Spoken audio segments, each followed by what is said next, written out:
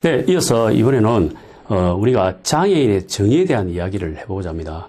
자, 장애인은요, 어떤 사회적 모델의 관점에 의해서 시대와 사회에 따라서 다양하게 변하고 있다는 겁니다. 한 곳에 머무는 것이 아니고요. 자, 그래서 우리 요즘 나훈아 가수님이 불러서 종전에 히트를 내고 있는 노래가 있죠. 혹시 아십니까? 네, 그렇죠. 바로 태생이라는 노래가 있죠. 저도 강의 이렇게 이동 중에 태생을 어떨 때는 한 4번, 5번 더 듣고 하는데요. 바로 그 태생이 누굽니까? 그렇죠. 바로 소크라테스입니다. 자, 소크라테스라는 분은요, 잘 아시다시피 서구의 정신적 지주로 역할을 하는 분이죠. 그리고 그분의 스승이 또 누굽니까? 바로 플라톤이죠. 바로 그 이야기를 드리고자 합니다. 바로 소크라테스와 플라톤 같은 이런 분들도 장애인을 대할 때 뭐라고 했냐면요, 이렇게 이야기했다는 겁니다. 장애인은 국외로 추방해야 된다. 장애인은요, 한 곳에 격리해야 된다. 이렇게 이야기했다는 겁니다. 물론 그 시대에 장애인은요, 노동력에서 어떤 부족함이 많았고요. 그 다음에 군사적인 목적에서도 많이 부족했습니다. 그래서 그런 대우를 받았습니다만은, 자, 그런데 우리 선조들은 어땠을까요? 바로 그들처럼 장애인에 대해서 차별과 편견된 시선을 보냈을까요? 그렇지 않다는 겁니다. 바로 우리 선조들의 장애인을 대하는 따뜻한 그 모습을 같이 한번 보도록 하겠습니다. 자, 이 그림은요, 바로 세상에 버릴 사람은 없습니다 라는 어떤 동상인데요. 제가 그림을 가지고 설명을 드리겠습니다. 맨 왼쪽에 있는 그림을 보시면요, 바로 그림은요, 왕이 지금 행차를 하고 있는 장면입니다. 그런데 이 왕의 행차에 앞서서 아래 그림의 중간에 보시면은 어떤 녹색의 도포를 입은 분들이 있습니다. 자, 그런데 이분들을 자세히 보시면 느껴지시나요? 그렇죠. 바로 시각장애인입니다. 바로 왕의 행차에 앞서서 이분들이 경을 잃는 일을 했다는 겁니다. 자, 경을 잃는다는 의미는 어떤 의미였죠? 그것도 왕의 행차에. 그렇죠. 바로 관직에 등용됐던 분이라는 겁니다. 바로 시각장애인들이요. 자, 그 이야기를 지금부터 한번 해보도록 하겠습니다. 자, 시대는요, 이미 500년 전 우리 조선시대입니다. 물론 그 이전에 우리 고려시대도 마찬가지였지만은 우리 선조들은요, 장애인을 대하는 태도가 그들의 서구인들처럼 그렇게 차별과 편견된 시선이 아니었다는 겁니다. 자, 놀라운 사실을 하나 말씀드릴까요?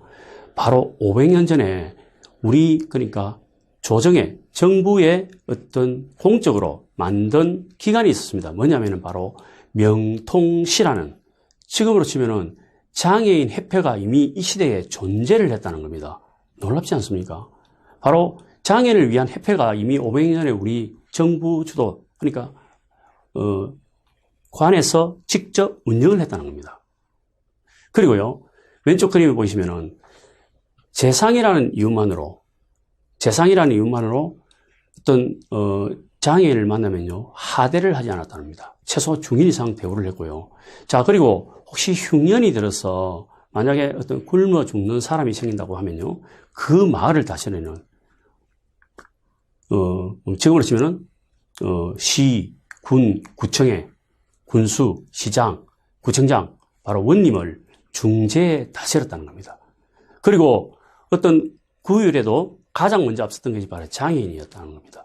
자, 그리고 더 놀라운 거는요, 지금의 우리 활동보조사, 장애인을 도와주는 활동보조사라는 직업이 있습니다. 그분들처럼 바로 관에서 바로 활동보조인이라는 그런 직업이, 그러니까 장애인을 도와주는 그런 분들이 이미 이 시대에 존재를 했다는 겁니다. 놀랍지 않습니까? 국가 주도의 장애인 시설이 있었고, 협회가 있었고요. 그리고 그분들을 도와주는 활동보조사 역할을 하는 분들이 이미 이 시대에 존재를 했다는 겁니다. 놀랍지 않습니까? 자, 그리고 다음은요, 바로 장애라는 이유는 아무 이유가 없이 장애인은 단지 장애일 뿐이었고, 바로 그 사람의 능력을 가지고 관직에 등용됐던 분들의 이야기를 해보고자 합니다. 자, 첫째 그림, 두 번째 칸에 보면은 이렇게 척추가 희은 분이 계십니다. 바로 조선조의 재상을 지낸 허조라는 분입니다. 우의정까지 하셨고요. 지금으로 치면 부총리급 이상을 하신 거죠. 자, 바로 이런 중증 장애를 앓고 있는 분이 한나라에 재상을 하셨다는 겁니다. 그죠? 지금 우리 시대에도 이런 분 혹시 재상, 어떤 국무총리, 장차관, 국회의원 이런 거 하시는 분 보셨습니까? 못 보셨죠? 그리고요, 두 번째 분은요, 바로 일각청성, 윤지환이라는 분인데요. 우측 다리가 없었습니다. 이 당시에 무슨 보조 장비가 많았겠습니까? 목발을 짚고 다녔겠죠. 이런 분이 왕의 앞에서 어떤 재상을 지는 이런 역할을 하셨다는 겁니다. 물론 이분 말고도 다양한 관직에 등용됐는데, 즉 무슨 말이냐면은 이 시대에는 관직에 등용된 것은 장애라는 것은 관계없이, 장애에 대한 그 관계없이 그 사람의 능력을 가지고 이거 관직에 등용했다는 겁니다. 바로 우리 선조들이 얼마나 따뜻하게 장애를 대했는가에 대한 모습을 제가 보여드리고요. 자, 장애 감수에 대한 이야기입니다. 좀 전에 말씀드린 것처럼 우리가 장애인의 입장에서 세상을 바라보니까 어떻던가요? 굉장히 불편하고 이런 진실이 많았죠. 장애 감수는 뭘까요? 바로 그죠. 우리가 맞닥뜨리는 세상에 어떤 관점에서 바라보면 어떨까요? 즉 우리가 장애인의 관점에서 바라본다면 세상은 과연 공평하고 평등할까요? 바로 장애인의 입장에서 바라봐 달라는 것이 바로 장애 감수성입니다. 즉 우리가 역지사지라고 하죠. 그죠? 역지사지. 우리가 장애인의 입장에서 세상을 한번 바라봐 달라는 게 바로 장애 감수성입니다. 자, 그러면 보도록 할게요. 자, 그럼 질문 제가 드릴게요. 우리나라에 지금 이제 장애인 숫자가 262만 명입니다. 이 숫자는요, 전체 인구의 약 5%이고요. 6가구에 한 가구가 장애인입니다. 자, 제가 하나 질문 드릴게요. 혹시 이 화면을 시청하고 계신 선생님들 중에서 우리 집안에 장애인이 있다고 남들 앞에 떳떳하게 자랑스럽게 말씀하실 분 있으면 손 안 들어보십시오. 그렇죠. 그렇게 손을 드시는 분들이 많지 않을 겁니다. 왜? 우리 사회는요, 아직까지도 어떻습니까? 장애인이 있다는 것에 대해서 어떤 뭔가 모르게 숨기고 싶어 하는 이런 것이 많다는 겁니다. 즉, 무슨 말이냐면은, 여기 있는 262만 명의 장애인 등록 숫자는요, 허수에 불과하다는 겁니다. 즉, 여기에 등록된 분들은 등록을 했지만, 등록되지 않는 장애인 수는요, 얼마나 될까요? 그렇죠? 이 숫자에 적게는 2배, 많게는 3배, 작게는 500만 원, 많게는 1000만까지도 된다는 겁니다. 그리고 장애는 제가 뭐라고 했습니까? 장애는 특별한 것이 아니고 누구나 갖고 있는 조그마한 불편한 상황이 장애라고 했습니다. 자, 그러면은 장애가 과연 남의 일일까요? 장애에 대한 이야기를 해보자 합니다. 장애는요, 선천적 장애는요, 원인 불명, 선천적 원인, 출생시 원인, 이런 걸 대봤자 10%가 조금 넘습니다. 즉, 바로 후천적 요인이 88.1%입니다. 즉, 누구나 장애에서 자유롭지 못한다는 겁니다. 제가 하나 예를 들어서 한번 말씀드려 볼게요. 제가 요양원에서 원장을 했습니다. 자, 그런데 요양원이라는 것은 어떤 일을 하는 곳인지 아시죠? 바로 65세의 어르신들 중에서 바로 요양 등급, 우리가 ADL이라고 합니다. 일상생활 수행 능력이 안 되시는 분들을 어떤 등급을 가진 분들이 들어오는 곳, 즉 스스로 움직이는데 불편함을 가지는 분들입니다. 자, 그런데 제가 근무할 시절에 62세의 노인, 62세 노인이라고 말하기도 그렇잖아요. 아직 노인도 아니잖아요. 키가 180cm가 넘었습니다. 그리고 몸무게가요 80kg가 넘는 분이 휠체어를 타고 들어오신 거예요. 그분은 이렇게 움직이도 못합니다. 그런데 그분이 어떤 일을 하셨는가 제가 알아보니까요, 바로 중소기업의 CEO를 하셨습니다. 자, 직원이 약 100명 가까이 되셨고요. 너무나 열정적으로 일을 하셨고, 그래서 그러한 사업체를 운영하시다 보니까 어떤 게 있습니까? 어떤 스트레스를 많이 받으셨겠죠. 그래서 술, 담배를 하루도 끊이지 않고 하셨다고 합니다. 그런데 어느 날 아침에 출근하다가 뒷목을 잡고 쓰러지셨는데 바로 뇌경색이 온 겁니다. 급하게 수술을 해서 다행히 생명을 건지셨는데, 우리가 뇌를 다치면 어떤 일이 발생하는지 아십니까? 네, 그렇죠. 바로 첫 번째 오는 게요, 바로 지체장애가 옵니다. 사지마비가 옵니다. 그 다음에 두 번째 오는 게 바로 우리가 말하는 언어마비가 옵니다. 혀가. 예. 자, 그래서 그분이 다시 일반 병실을 옮기고 이제 집으로 모셔온 겁니다. 그런데 그분이 스스로 이렇게 대소변을 가리지 못하잖아요. 그럼 어떻습니까? 바로 활동 보조인 또는 어떤 요양, 방문 요양을 요청해야 되잖아요. 그런데 우리 방문 요양 오시는 분들이 하루 종일 근무하시는 거 아니잖아요. 그분들이 가시고 나면 밤에는 누가 그분을 뒤지다거리 하겠습니까? 그렇죠? 부인이나 자녀들이 했겠죠. 자, 그런데 남편이 쓰러졌으니까 어떻습니까? 부인은 다시 회사를 경영하러 나가셔야 되죠. 그리고 어떻습니까? 자녀들은 각자 갖고 있는 직업이 있죠. 자, 우리 속담에 이런 말이 있죠. 긴 병에 효자없다. 그죠? 그분을 한 6개월 정도 집에 모시고 있으니까 도저히 케어가 안 되는 거예요. 그래서 그분을 우리 원에 모셨던 그런 일이 있었습니다. 자, 즉 누구나 장애라는 것은요, 타고나는 것보다는 후천적인 우리가 살아가면서 다치거나 또는 질병으로 인해서 되는 것이 흔하다는 겁니다. 그 이야기를 말씀드리고요. 자, 그러면 관계 호칭에 대한 이야기를 해볼게요. 우리가 장애를 가진 사람은 공식적인 호칭이 장애일까요? 장애우일까요? 장애자일까요? 예, 맞습니다. 바로 공식적인 용어는 바로 장애인이라고 이야기합니다. 자, 그러면은 장애를 가지지 않은 사람은 비장애인, 일반인, 정상인 뭐라고 부를까요? 예, 맞습니다. 바로 비장애인입니다. 그래서 우리가 앞으로 관계적인 어떤 용어를 설명할 때 장애인과 비장애인. 우리는요, 일반인도 아니고요, 정상인도 아니고 바로 우리는 비장애인인 것입니다. 자, 그러면은 이번에는 장애 유형에 대한 이야기를 해보고자 합니다. 우리나라 장애 유형이 몇 가지일까요? 혹시 아시는 분 계십니까? 어떤 분들은 2가지라고 이야기하는데 2가지보다는 많고요. 자, 우리나라 장애 유형에 대해서 한번 보도록 할게요. 우리나라 장애 유형은요, 바로 15가지 유형이 있습니다. 자, 좌측에 보시면은 바로 신체적 장애로서 외부 기능 장애가 있고요. 그 다음에 내부 기관 장애가 있습니다. 그리고 우측에 있는 어떤 지적 장애, 자폐성 장애 2개를 합쳐서 발달 장애, 그 다음에 정신 장애 3가지를 해서 12가지인데요. 자, 우리 한번 볼게요. 먼저 내부 기관에서 보면은 신장 장애는 아시죠? 우리 콩팥 여기 어떤 제거를 한다든지 이런 분들 있잖아요. 한계 있으신 분이라든지 그런 분들. 그 다음에 호흡기 장애 아시죠? 인공 호흡기를 달고 계신 분들. 그 다음에 심장 장애는요, 바로 인공 심장을 달고 계신 수술하고 그런 분들입니다. 그리고 장루 요로 장애는요, 바로 어떤 대장암으로 인해서 어떤 항문을 제거하고 인공 항문을 달고 계신 분이 있죠. 그런 분들이고요. 그 다음에 간 장애는요, 간 수술하신 분들입니다. 그리고 마지막에 내전증 장애라고 있습니다. 혹시 아십니까? 들어보셨습니까? 예. 생소한 분도 계시고 들어보신 분도 계실 건데요. 내전증 장애는요, 과거에는요, 차별적인 말로서 간질 환자라고 했습니다.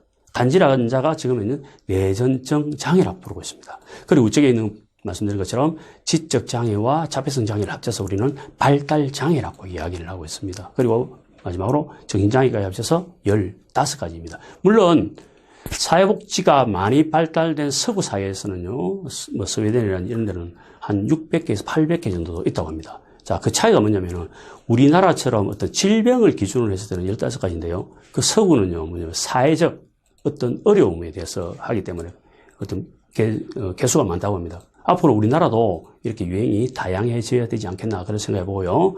자, 그럼 하나씩 제가 보도록 할게요. 자, 먼저 지체장애에 대해서 이야기해 볼게요. 자, 지체장애는요, 절단이나 관절장애로 인해서 변형이 일어나는 장애인데요. 전체 장애의 약 50% 정도를 차지합니다. 그래서 우리가 흔히 볼 수 있는 장애가 바로 지체장애인데요. 자, 먼저 이분들하고 같이 생활할 때 우리가 주의해야 될 사항을 이야기해 볼게요. 좀 전에 말한 것처럼 접근성을 고려해라. 즉, 우리가 베리어풀이라고 합니다. 어떤 비장애인이 갈 수 있는 곳은 장애인이 갈 수 있도록 만드는 시설을 바로 우리는 접근성을 고려하는 건데요. 그리고 보조기구가 필요하고요. 자, 중요한 겁니다. 본인의 의사를 확인하라는 겁니다. 우리 장애인들은요, 굉장히 자존감이 강합니다. 그래서요, 마음대로 도와주는 거 좋아하지 않습니다. 항상 먼저 동의를 구하십시오. 심지어 엘리베이터 문을 하나 잡아주는데도요, 제가 엘리베이터를 눌러드려도 될까요? 이렇게 한번 여쭤보고 하시라는 겁니다. 무조건 도와주는 거 이분들 좋아하지 않는다고 말씀드렸고요. 다음은 뇌병변 장애에 대해서 말씀드리겠습니다. 좀 전에 말씀드린 것처럼 뇌 이상으로 마비가 발생하는데요. 중요한 것은요, 언어 장애 등이 동반되는 경우가 많지만 뭐가 상관없냐면 바로 지적 장애와는 지적 능력과는 아무 상관이 없다는 겁니다. 자, 좀 전에 말씀드린 그분요.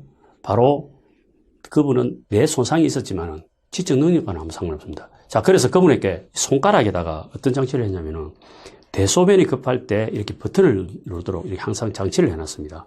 그런데 이분이 항상 이 버튼을 급하시면 누르셔야 되는데 항상 넣으신 거예요. 그래서 볼일을 보시고 누르시는 거예요. 그러면 우리 선생님들이 달려가서 어떤 이렇게 기저귀를 갈아들고 하는데 문제는요, 이 기저귀를 가시는 분들이 대부분 어떤 분들입니까?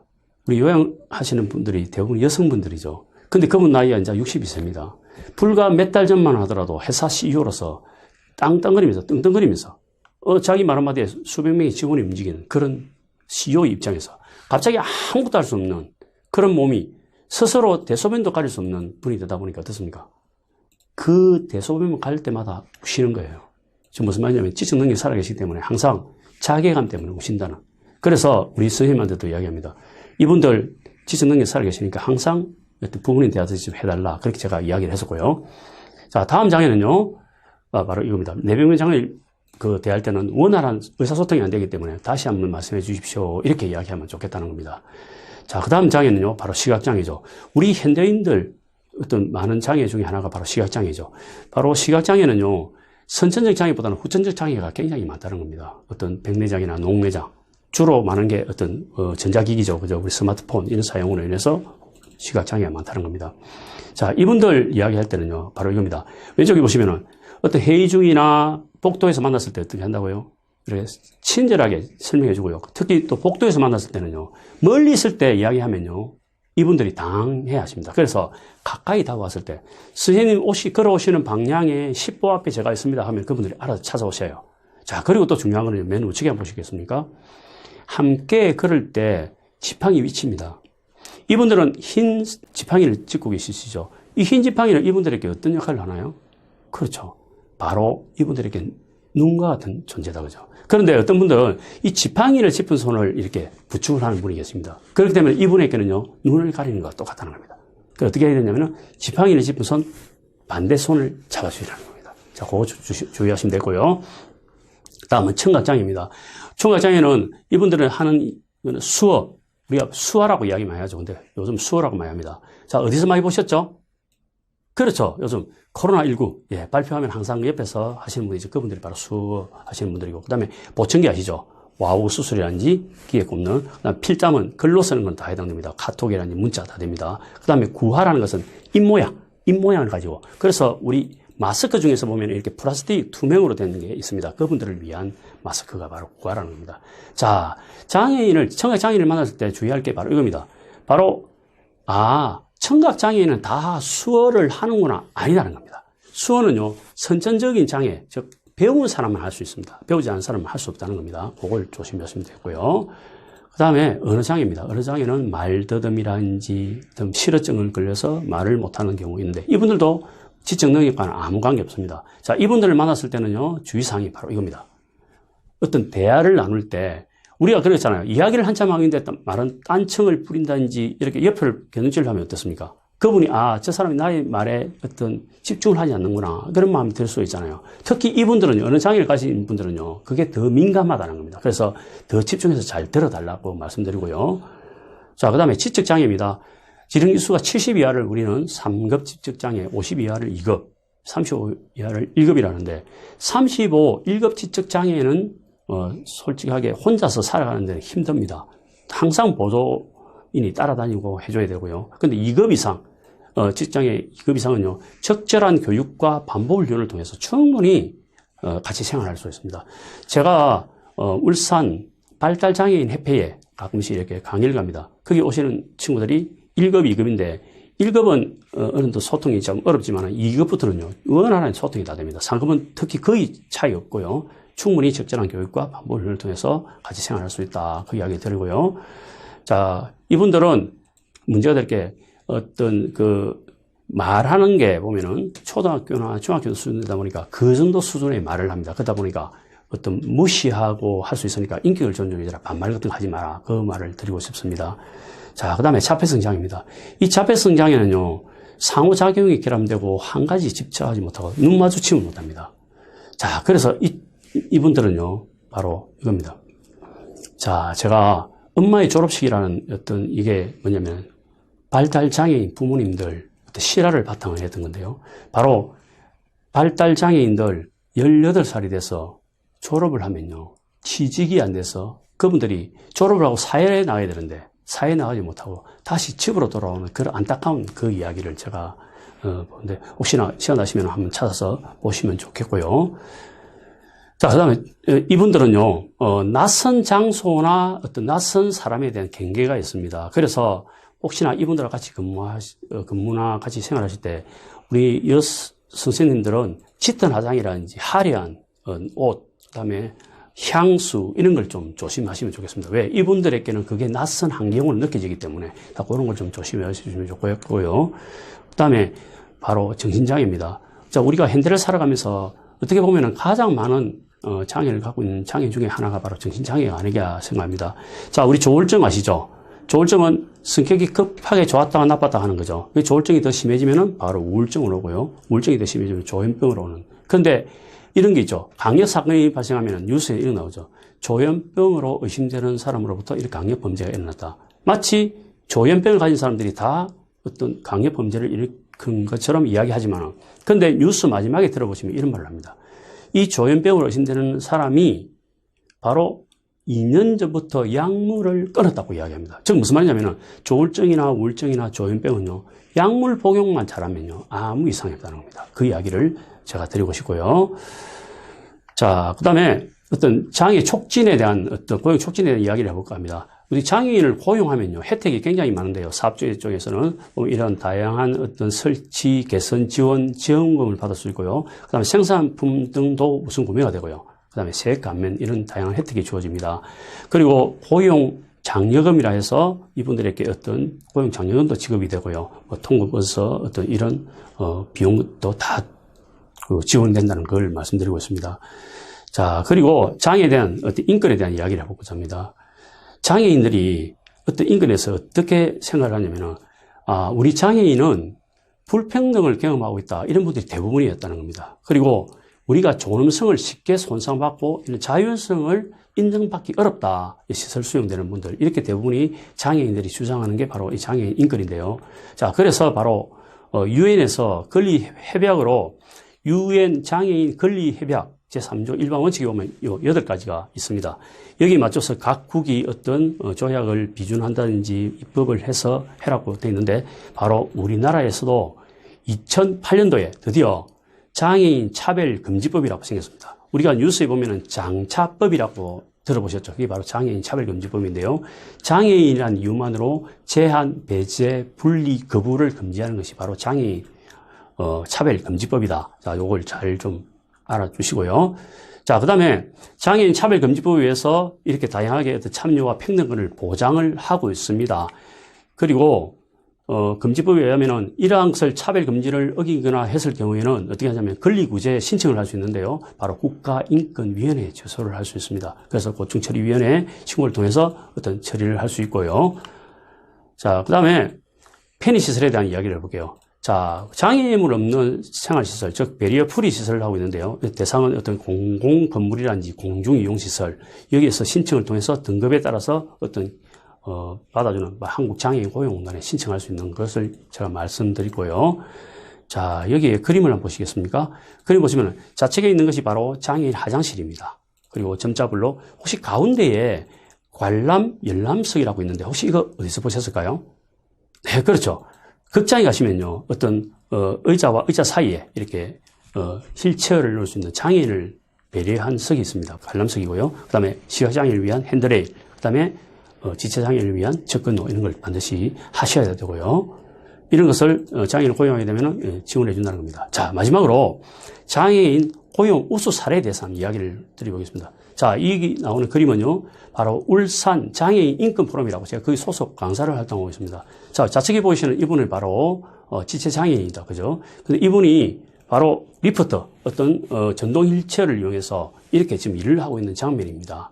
자, 그리고 이분에게는요, 핸드 보조기구라 해서 손가락을 제대로 못 움직이십니다. 그런데 특수펜을 이용해서 이분이 워드 작업을 하시는데요. 놀랍게도요, 이분이요, 비장애인보다는 속도는 늦지만 완벽하게 일을 잘 하십니다. 자, 바로 이런 분도 바로 고용 가능하시다. 그 다음에 어떤 큰 업체 같은 데는 어떤 홍보 마케팅으로 바이럴 마케터 이런 것도 하면 좋겠는데, 이 좋은 게 뭐냐면은 굳이 직장에 나오지 않으셔도 재택근무 가능하시다. 그런 겁니다. 자, 정리하겠습니다. 자, 나태주 시인의 자세히 보아야 예쁘다. 오래 보아야 사랑스럽다. 너도 그렇다는 겁니다. 자, 장애인요. 장애인은 막히고 그리킨 사람이 아니고요. 우리와 더불어 살아주는 사람인데요. 우리가 뭡니까? 틀림이 아니고 다름을 인정하고죠. 차별이 아니고 차이를 인정하고 오해가 아닌 이해를 통해서 이분들을 이해한다면 우리 비장애인과 장애인이 더불어서 충분히 살아갈 수 있는 아름다운 세상이 되지 않을까 하고 저의 교육을 마치도록 하겠습니다. 고맙습니다.